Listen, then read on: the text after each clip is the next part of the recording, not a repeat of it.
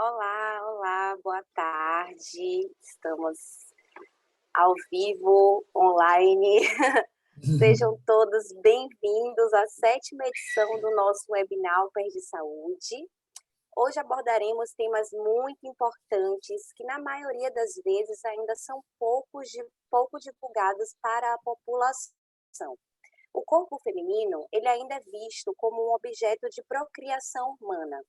Com isso, a mulher ela perde o direito à condução de sua vida reprodutiva.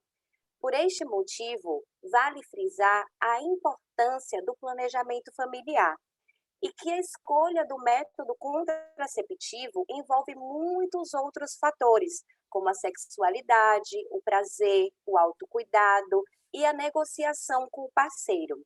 Porque os homens, eles também podem e devem participar desse projeto da vida reprodutiva também. No final das contas, a gravidez não desejada, ela é uma consequência de fatores bem mais complexos do que um mero descuido na hora da relação sexual. Então, vamos entender um pouco mais a respeito sobre o planejamento familiar, sobre sexualidade e sobre gestação segura e responsável, né?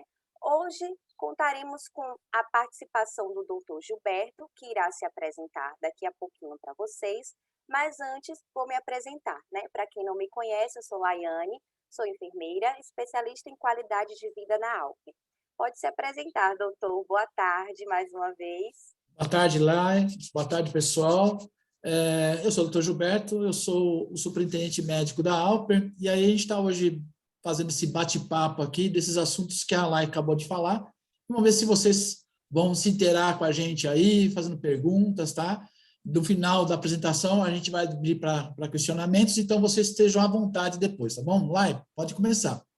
Isso mesmo. Doutor, existem ainda algumas dúvidas com relação à questão da diversidade, das identidades de gênero, orientações sexuais. Embora o número de informações venha aumentando, né, com o decorrer nos últimos anos, tratar desse tema ainda é um tabu por parte da sociedade. Então, Sim. como primeira pergunta aí para o senhor poderia explicar para a gente qual é a diferença dos termos sexo biológico, orientação sexual, identidade de gênero e sexualidade? Uau, tanta questão, hein? Bastante coisa. Vamos lá. Sexo biológico, né? É a convenção social que designa como sexo masculino, feminino, intersexo, o sexo de pessoas, segundo a aparência morfológica dos órgãos genitais.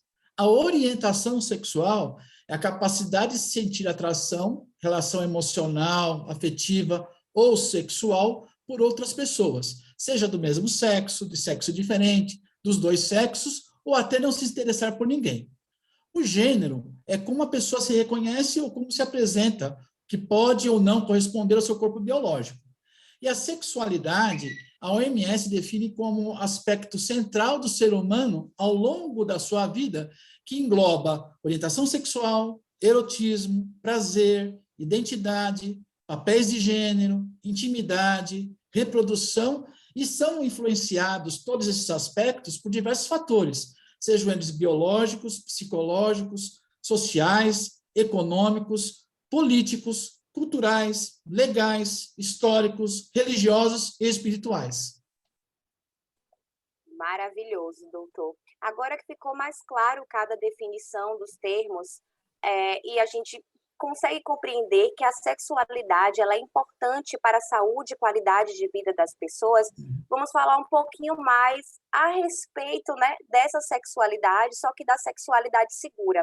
A gravidez ela é um momento único e especial na vida tanto da mulher quanto do homem, né? E é importante também para o bebê e para as pessoas que estão próximas a esse casal, né? A essa família que está recebendo essa criança.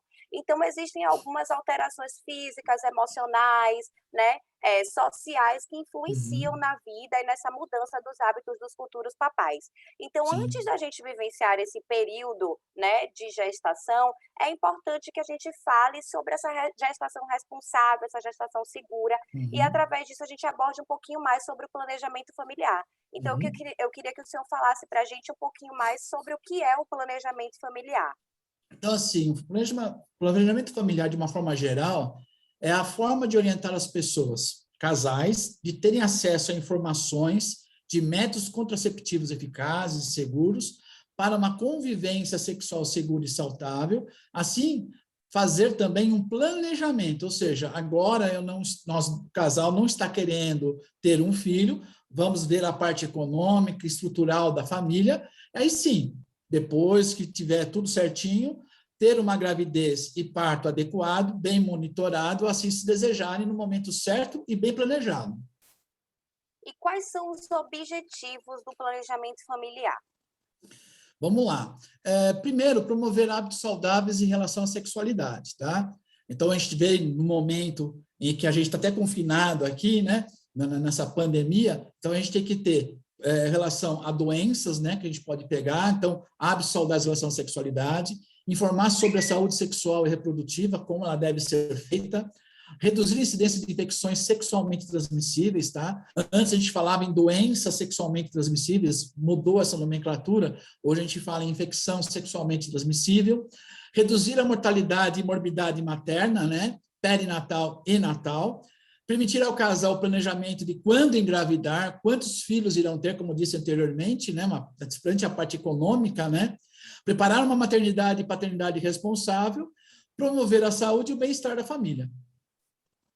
Dentro dessas questões do planejamento familiar, existe algum problema que seja preocupante, né, dentro dessa família, dentro desse casal? Sim, a gente está vivendo isso hoje, né? Devido à pandemia e a gente ficar na quarentena, né? Então, o número de partos continua aumentando, teve um excesso até de gestações, mas hoje a gravidez é a principal causa de internação hospitalar. Cerca de 64% entre os brasileiros de 15 a 19 anos, tá? 400 mil partos por ano entre menores de 10 e 19 anos. O número é maior ainda porque você tem ainda a clandestinidade, a subnotificação, sendo que 10% das adolescentes aos 19 anos têm até 2 filhos. Isso eu comprovo porque eu trabalho no hospital público e a gente pega muita adolescente entre 14 e 15 anos que já tem 2 filhos, entendeu? Sim.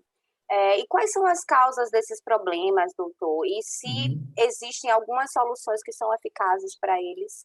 Então, vamos lá. Como eu disse agora anteriormente, mais de 25% das mulheres entre 18 e 23 anos já foram mães ou estão grávidas. As infecções sexualmente transmissíveis estão aumentando muito nas mulheres, né? Então, só para dar um exemplo, nesse hospital que a gente trabalha, a infecção que a gente chama de sífilis ou luz, a maioria das internações dos bebês são devidas a essas doenças, tá? 68% das mulheres sexualmente ativas não usam nenhum método contraceptivo, então falta orientação, né? Em todo o mundo, há cerca de 125 milhões de mulheres que não desejam engravidar e não utilizam contraceptivos, tá? Então, isso foi feito até uma pesquisa no Instituto World Watch, isso do ano passado, que levantou esses dados, tá? Em pesquisas realizadas com 500 pacientes, eles constataram que apenas 52% delas visitavam o ginecologista a cada 5 ou 6 meses, entendeu? Então, é um número muito pequeno. Sim. E para a gente fazer esse planejamento familiar, como é que a gente faz esse planejamento familiar eficiente? Então, Né? vamos lá. Tanto o homem como a mulher, eles devem proteger-se da gravidez não planejada e das doenças sexualmente transmissíveis. Como é que a gente faz isso? Métodos contraceptivos eficazes e uso da camisinha e também a educação, né? Esse exemplo que a gente está fazendo hoje nessa webinar é um deles. A gente tem que informar as pessoas como a gente tem que fazer esse planejamento. Sim, doutor. E a fase, para a gente falar sobre planejamento familiar, né, a gente precisa entender um pouquinho dessa fase reprodutiva.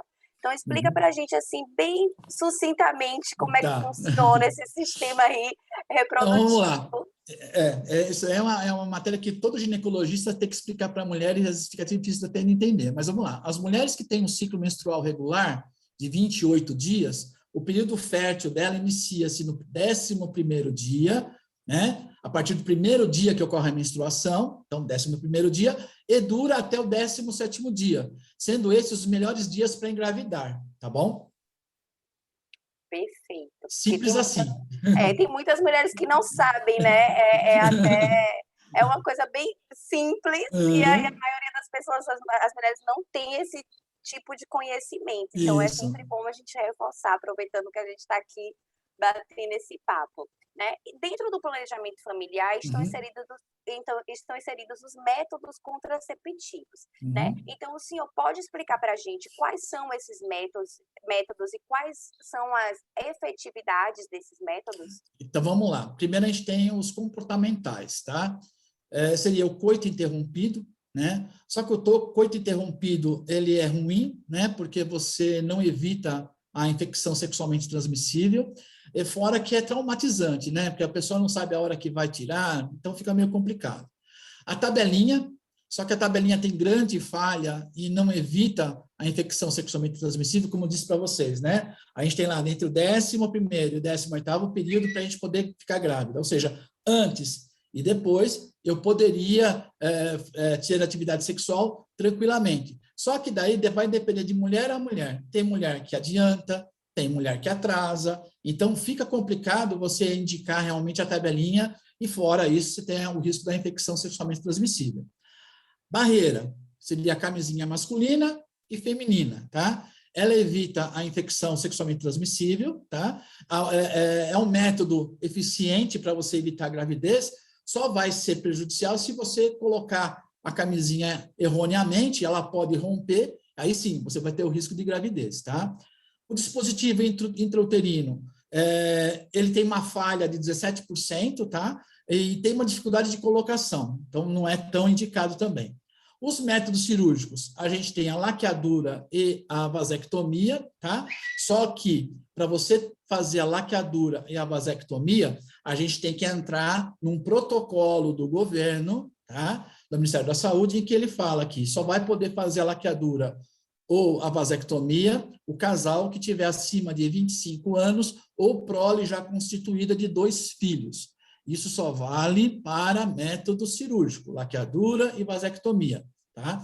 Eu vou falar agora do DIU. O DIU não tem nada a ver com essa parte. Já vou até adiantar, porque ontem surgiu uma notícia na imprensa em que três cooperativas, né, 3 Unimedes, 2 de Minas e uma do Paraná, estavam, minto, 2 de Minas e uma aqui de São Paulo, estavam solicitando que o marido assinasse um documento dizendo que ele estava autorizando a mulher a colocar o DIU. Não existe nada disso, tá? Tanto é que as cooperativas voltaram atrás depois que a reportagem saiu, então não tem nada a ver. O que vale é laqueadura e vasectomia, sim. Aí tem um protocolo que tem que ser 25 anos, o casal tem que ter 25 anos, e o prole acima de 2 filhos, tá?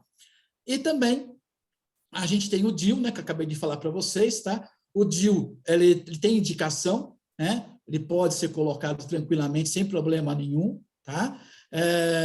Você vai ter que tomar cuidado apenas com algum sangramento que possa existir, mas isso daí não tem problema nenhum, tá? É autorizado pelo plano de saúde sem problemas, tá bom?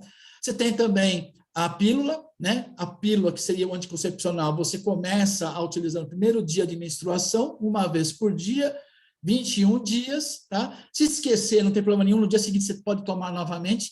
Sempre é bom deixar sempre no mesmo horário, né? Então, a gente orienta as mulheres a quando deixar a caixinha do lado da escova de dente, porque toda vez que você for escovar o dente, você lembra que tem o comprimidinho ali do lado, você já toma um comprimido, tá?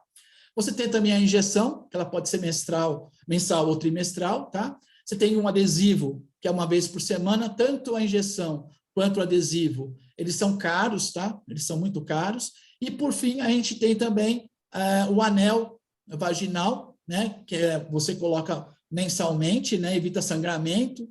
E o implante, que é um implante que você coloca sobre a pele. Esse é um pouco mais prolongado, ele dura 3 anos, também efetivo para a gravidez. E as emergenciais. Quando é que eu vou usar a pílula do dia seguinte, né? Uma, quando tiver um rompimento da camisinha, uma relação desprotegida ou abuso sexual. Então, é nessas 3 indicações que a gente vai usar a pílula do dia seguinte. Perfeito. Doutor, agora a gente sai um pouquinho da questão do planejamento familiar, né? E a gente já passa para a questão da gestação. Ou Vamos seja, entender viu, que... Lai, A gente já fez o planejamento, a gente já combinou tudo certinho, a gente já combinou o jogo e agora vamos ver como é que vai ser a gravidez. Exatamente, aconteceu, foi planejado, não foi um acidente de percurso, entre aspas, né? A mulher está ali na sua fase, que eu considero uma das fases mais lindas, né? Vou puxar a sardinha aqui para o trabalho que eu desenvolvo. Mas quando a gente fala de gestação planejada, uma gestação segura, a gente pensa em todos os aspectos que envolvem esse período, né? E um desses aspectos, e o principal deles, é o pré-natal. Então, eu queria que o senhor falasse para a gente um pouquinho do que é o pré-natal, qual é a importância dele. Chamado pré-natal é assistência na área da enfermagem e da medicina prestada à gestante durante os 9 meses de gravidez. O que a gente visa nisso? Melhorar e evitar problemas tanto para a mãe quanto para o bebê neste período e no momento do parto. Simples assim. Quais são as patologias, né? Durante o pré-natal, a gente sabe que a gente pode prevenir muitas coisas com as gestantes, entre elas algumas doenças, né? Quais são as principais assim, doenças que a gente pode prevenir com a realização de um pré-natal bem feito? Primeiro é a anemia ferropriva, tá? Por quê? Porque ela está criando um bebê lá dentro, então ela está mandando todo um aporte sanguíneo para esse bebê, para ele poder crescer, então ela vai começar a ter também uma deficiência de ferro, tá? Tem casos até que a anemia está muito grave, que a gestante tem que tomar sulfato ferroso via endovenosa, tá? A cistite ou infecção urinária. Aqui é um grande problema, tá? Então, por isso que a gente até está falando no nosso programa Melhor Maternidade, né, que a gente tem que fazer um acompanhamento correto, é aí que a enfermeira vai pegar o pulo do gato. Por quê? Se a gestante não fizer um exame simples, gente, é um exame de urina, custa nem R$5, e essa pessoa não fizer esse exame, ela pode ter uma infecção urinária. A infecção urinária, diferente das outras pessoas, na gravidez, ela é assintomática, ou seja, a gestante pode ter a infecção e não sentir nada. O que pode acontecer com isso? Essa infecção faz com que penetre dentro dentro do bebê, lá dentro da bolsa, né? Ele pode ser infectado, ela pode entrar em trabalho de parto prematuro, né? E vai ter uma complicação para esse bebê e para ela também. Por isso que é importante a gente fazer o acompanhamento pré-natal direitinho, fazer os exames que o médico solicitou. Ele vai pedir sempre, durante toda a gestação, ele vai pedir sempre o exame de urina, tá? Então, fique atentas com relação a isso. A diabetes gestacional pode acontecer, né? Então, às vezes a mãe está engordando muito, está se alimentando muito, ela pode desenvolver essa diabetes, e essa diabetes pode passar para o recém-nascido, e nesse recém-nascido a gente chama de macrossômico, ou seja, ele fica muito grande dentro da barriga da mãe, tá? Então, é uma das complicações também, por isso que a gente faz também controle de glicemia toda vez que a gente vai fazer o pré-natal, tá? E a doença hipertensiva da gestação, né? A gente tem 2 tipos, tem a pré-eclâmpsia e a eclâmpsia. Devido à mudança de fatores hormonais, a parte sanguínea da mulher, então, a mulher pode desenvolver uma hipertensão, que é transicional, é transitória, tá? Então, ela pode ter uma pré-eclâmpsia e eclâmpsia. Se a gente não controlar essa pressão, ela pode entrar até em crise convulsiva devido à pressão. E a gente vai ter que fazer uma cesárea de urgência, tá? Então, é um fator complicador, pode também dar trabalho de parto prematuro. Então, no geral, são essas doenças que são importantes que a gente tem que acompanhar no pré-natal e para evitar. Perfeito, doutor. Existe, assim, uma quantidade mínima de pré-natal e qual período que esse pré-natal deve ser realizado? Esse pré-natal, segundo o Ministério da Saúde, no mínimo 6 consultas ele já considera que foi feito um pré-natal, tá? Mas, em média, a gente vai ter de 10 a 15 consultas num pré-natal completo. Excelente. E quais os hábitos que essas futuras mamães elas devem manter durante a gestação para ter uma gestação mais saudável? Então, vamos lá. Se a gente está fazendo um acompanhamento do pré-natal, e como eu falei para vocês, a gente tem que ter um controle tanto da glicemia, né, do ferro. Então, primeira coisa, a gente vai ter que ter uma alimentação saudável, né? Uma alimentação rica em frutas, verduras, né? Evitar, como qualquer pessoa, a gente tem que evitar carne vermelha, comidas muito gordurosas, né? ter uma atividade física é importante? Sim. Vamos lá. Eu não posso também já... A pessoa nunca fez atividade física, ficou grávida e ela já vai correr uns 10 quilômetros. Não, não é isso que eu estou falando, né? Então, ela vai ter que ter uma atividade moderada, fazer uma caminhada. Se ela já fizer corrida, ela continua com a sua corrida até próxima do parto, isso não vai ter problema nenhum, mas só se ela estiver já acostumada. Evitar esforços físicos, né? Levantamento de peso, né? Força, qualquer coisa que ela vai empurrar, ela tem que evitar, tá? E o principal, né? Fazer o acompanhamento com o seu médico e a realização dos exames que a gente acabou de falar. Cada período da gestação, primeiro trimestre, segundo trimestre, terceiro trimestre, tem alguns exames especiais, tem os ultrassons que a gente faz a partir da 20ª semana, a gente faz o controle de ultrassom, a gente faz o ultrassom transnucal também, que é importante, a gente vê se o neném tem alguma malformação ou não. Então, tem toda uma sequência desse pré-natal, nessas 10, 15 consultas, em que a gente vai fazer esse acompanhamento, tanto de alimentação, quanto de atividade física, quanto de realização de exames. Tem as vacinas também, né? Tem as Que as vacinas gestantes também. tomam. Isso é Calendário importante também. atualizadinho, Exatamente. é importante. E como tudo é cíclico, né? A gente fala de gestação e acaba voltando para onde? Para o planejamento Sim, familiar. isso. Então, após a gestação, é possível iniciar o planejamento familiar? De que Sim, forma? vamos lá.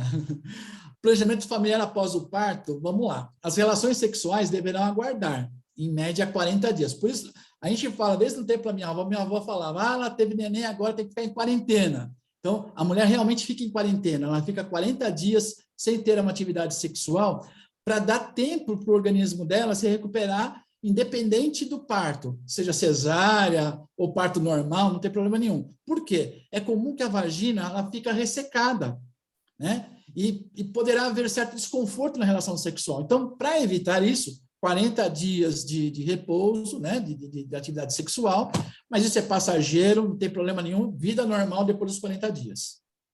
Então, ela já pode iniciar esse planejamento familiar. Vamos Sim, supor, se ela já quiser exatamente. colocar um DIU, se ela quiser Isso. começar com uma anticoncepcional oral, ela já É, consegue já fazer consegue. O DIU, só para dar uma informação para você, Lai, hoje já no serviço público, o DIU a gente já está colocando já na sala de parto, tá? Então, você já tem já um consentimento da gestante de que ela quer colocar o DIU, ela já pode colocar já dentro da sala de parto. Ela assina um termo de responsabilidade e já coloca o DIU já dentro da sala de parto, tá? Só uma informação para você ter uma atualização aí. Maravilha. Então, as minhas perguntas por aqui já acabaram, mas eu queria, né, deixar o espaço aberto para o pessoal que está assistindo a gente. Se vocês tiverem alguma pergunta, alguma dúvida, essa é a hora. Podem perguntar, né? Podem mandar aqui pelo chat, que eu estou olhando e passo as perguntas para o doutor responder. Só não vale puxa-saco, tá? Tô vendo que tem puxa-saco aqui na área, entendeu? Ficou alguma dúvida? Conseguimos esclarecer tudo para vocês? Eu vou escolher gente, então. Quem está na listagem aqui, a gente vai escolher, né, Lai? O que você acha? Dessas 28 pessoas, a gente pode escolher uma para perguntar. Será que não ficou nenhuma dúvida? Nossa, então a gente está 100%, então. Tô no 10, tá? Ninguém mesmo? Sério mesmo? Ninguém quer mesmo perguntar? Aqui chegou uma. Uh! Com relação ao Zika Uhum. vírus e outras doenças, como evitar? Aí fica difícil, né? Porque não tem ainda método para a gente evitar essas doenças, né? Que é a mesma coisa do corona, tá? Então, por exemplo, a gente sabe que a gente tem que evitar o quê? Contato com outras pessoas, né? Evitar aglomeração. Então, o Zika vírus é da mesma forma que a gente tem com relação a acompanhamento do dia a dia. Então, onde tiver pessoas com o Zika vírus, a gente tem que evitar aquele grupo que a gente está tendo, tá? Hoje, fica claro que essas doenças, por enquanto, por exemplo, o coronavírus não passa para o bebê, isso já é importante, o neném já sai até com um pouco já de imunidade, tá? Do Zika vírus não, porque o Zika vírus ele consegue penetrar a barreira placentária e pode atingir o nenê, mas a gente não sabe, então vai depender do local que tem o Zika vírus, então a gente vai ter que vê a notícia do dia a dia, vê o posto, pergunta se tem algum caso de Zika vírus na região, para a gente evitar ou se proteger dessa forma, tá bom? Sim. E com relação à amamentação também, em relação à Covid, né, doutor? As mamães podem Normal, amamentar normal o seu bebê e desde que ela fazendo e esteja... puxando o link, É, né? elas têm Pode que usar falar, doutor. máscara, elas têm que Isso. usar a máscara para amamentar, tá? Porque ela pode estar com corona e pode transmitir. Acontece bastante. A gente tem vários bebês internados, porque a mãe estava com Covid, ela não sabia, não usou a máscara, e devido à parte respiratória, ela passou para o bebê. Então, o bebê volta até para o hospital depois de um mês, ela está com Covid, tá? Não foi a gestação que passou Covid, foi a mãe que estava positiva, não usou a máscara e passou para o bebê. E fazendo esse parêntese de amamentação, né? Estamos no agosto Normal. dourado, né? Isso, Que é o opa. mês que a gente tem a campanha aí de incentivo à Isso. amamentação. Essa semana, né? A primeira semana de Uhum. agosto está escolhida como a semana mundial de aleitamento materno. Então, para Uhum. as mamães, eu não sei se tem mamães aqui que estão nessa fase de amamentação, saibam que o leite materno ele é o alimento essencial para o seu bebê até os 6 meses de vida, tá? Então, ele previne de muitas doenças, infecções, né, doutor? Então, a Uhum. gente traz esse link aqui Tranquilo. para vocês do É, Agosto Dourado. quem Tem outra trabalha, pergunta. eu estou vendo aqui, eu já vou responder, eu tô, só para complementar, né? Tanto é que na maternidade, quando o neném nasce, a gente coloca o bebê, se está tudo bem, sem nenhuma intercorrência, a gente coloca o bebê sobre a mãe, já começa aquele minuto dourado que a gente chama, que é o neném já começar a amamentar. Porque a primeira vacina que o neném está recebendo não é da injeção, é o leite materno, que são os anticorpos que a mãe está passando. Com relação às vacinas, então, assim, cada gestante é uma gestante. As vacinas normais ela pode tomar, tá? A da gripe ela deve tomar, tá bom? Então ela tem que seguir o calendário dela, normal. Então, normalmente o que a gente aplica nas mães é a vacina da gripe que está autorizada. Hoje já está sendo autorizado a vacina do Covid para gestantes, estão fazendo uma mesclagem até. Se a mãe tomou a primeira vacina, Coronavac, ela pode tomar outra vacina, segunda dose, uma outra vacina, não tem problema nenhum. Então, pode ter esse cruzamento para gestantes, tá bom? Mas, assim, ela tem que seguir o calendário dela, ela tem um cartãozinho de vacina, o que tiver faltando ela pode tomar, não tem nenhuma contraindicação com relação às vacinas, tá bom? Chegou até uma outra pergunta aqui para a gente, né? Uhum. Estou grávida e tomei a primeira dose da vacina. O bebê já nasce com anticorpo ou é pela amamentação? Nenhum dos dois. A própria bebê, a mãe já começa a ter anticorpo, ela já começa a passar anticorpo via placentária para o bebê começa a ficar lá dentro já do nenenzinho, ele já começa a ter a proteção, tá? Agora, com relação à depressão pós-parto, então vamos lá. Se a gente fizer todo acompanhamento adequado, se a gente fizer acompanhamento com o médico, com a enfermeira, eles vão saber se aquela pessoa pode ou não desenvolver lá para frente um problema psicológico, tá? Então, o que a gente tem que fazer? A gestação, como a própria Lai falou, é o melhor momento para a mulher. É um momento sublime da mulher. Ela está gerindo o ser lá dentro. Se esse ser foi realmente criado com carinho, com amor entre o casal, a gente não vai ter nenhum problema lá para frente. O que que a gente percebe é quando tem algum problema de relação e que esse bebê não veio tão querido pelo casal, aí tem chances dessa mãe sofrer uma depressão pós-parto, tá? Então, assim, a gente tem que pensar, né, nesse sentido. Quais são os sintomas? Primeiro, a gente percebe isso na sala de parto. A mãe rejeita o nenê, ela não quer ver o nenê, já é um sinal, tá? Que a mãe pode ter uma depressão pós-parto.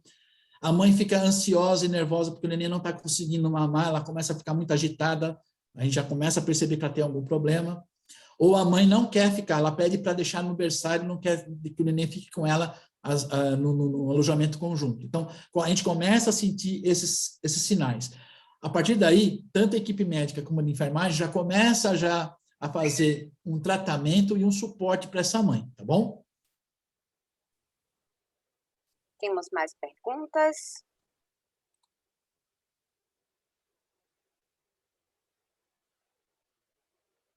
Mais alguém? Silêncio. Tá, acho que ou a gente passou tudo direitinho, ou as Ou pessoas ficou estão com com muita dúvida. vergonha.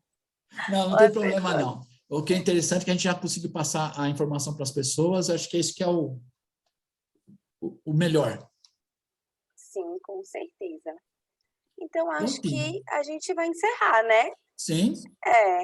Então, agradecemos a participação de todos em mais uma edição da nossa webinar de Saúde. Espero que tenhamos esclarecido as dúvidas de vocês, agregado mais um pouquinho de conhecimento, né? E não esqueçam, né, que a informação boa é aquela informação que a gente replica. Então, tudo que vocês aprenderam aqui hoje, repliquem para os seus familiares, para os seus amigos, para os seus colegas de trabalho, né? Então, a gente vai ficando por aqui. Obrigada, doutor, pela parceria vamos de lá. É sempre. só um finalzinho para todo mundo. Vocês perceberam que a gente falou que você tem que procurar seu médico, tá? Então, a Isso, mulher, a partir de 18 anos, tem que ter o seu ginecologista, né? Por quê? Tudo isso que a gente falou, planejamento familiar, sexualidade, gestação, parte aí, do seu médico de referência, do seu médico que você vai acompanhar para o resto da sua vida, tá? Acho que é isso que é o recado final, tá bom? exatamente. Obrigada, gente. Uma Tchau, boa tarde pessoal. para Obrigado. Até a vocês. próxima, viu? Tchau, tchau. Tchau, tchau.